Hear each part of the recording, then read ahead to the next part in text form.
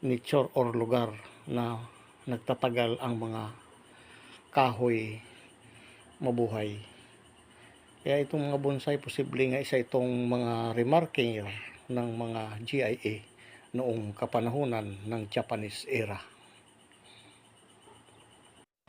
Malawak na pananaliksik, malawak na paglalakbay, malawak na kaalaman.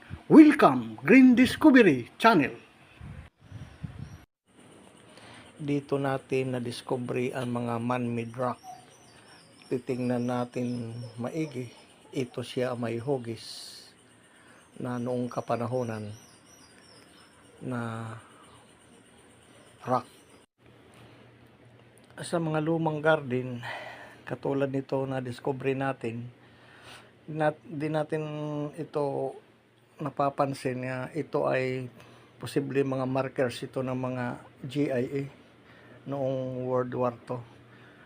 Kakaiba yung mga rock dito sa mga lumang mga garden, mga struktura katulad ng mga paaralan, basta anong mga luma, simbahan o ano pa, mga bahay.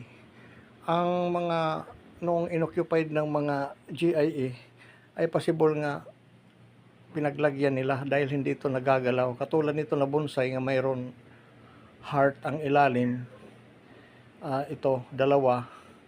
Itong bato at saka ito, heart siya nga forma. Nga posible nga ito ay isang markers ng isang treasure na sinasabi. Kasi nga hindi magagalaw ito, palagi na lang nila ito lilinisan or aayusin. Kaya posible nga mayroon dito nilagay. Dumating yung mga Kastila, mga Japanese nung sinauna pa, ay mayroon dito sila mga sekreto. Possible na mga tinago.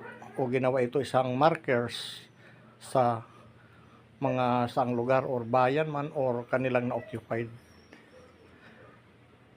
So marami po salamat sa ating panonood at ito lang ang atin ngayon na discovery at nakita. Sa susunod naman muli ng ating pagbabalik, huwag po makalimot mag-subscribe sa ating munting channel.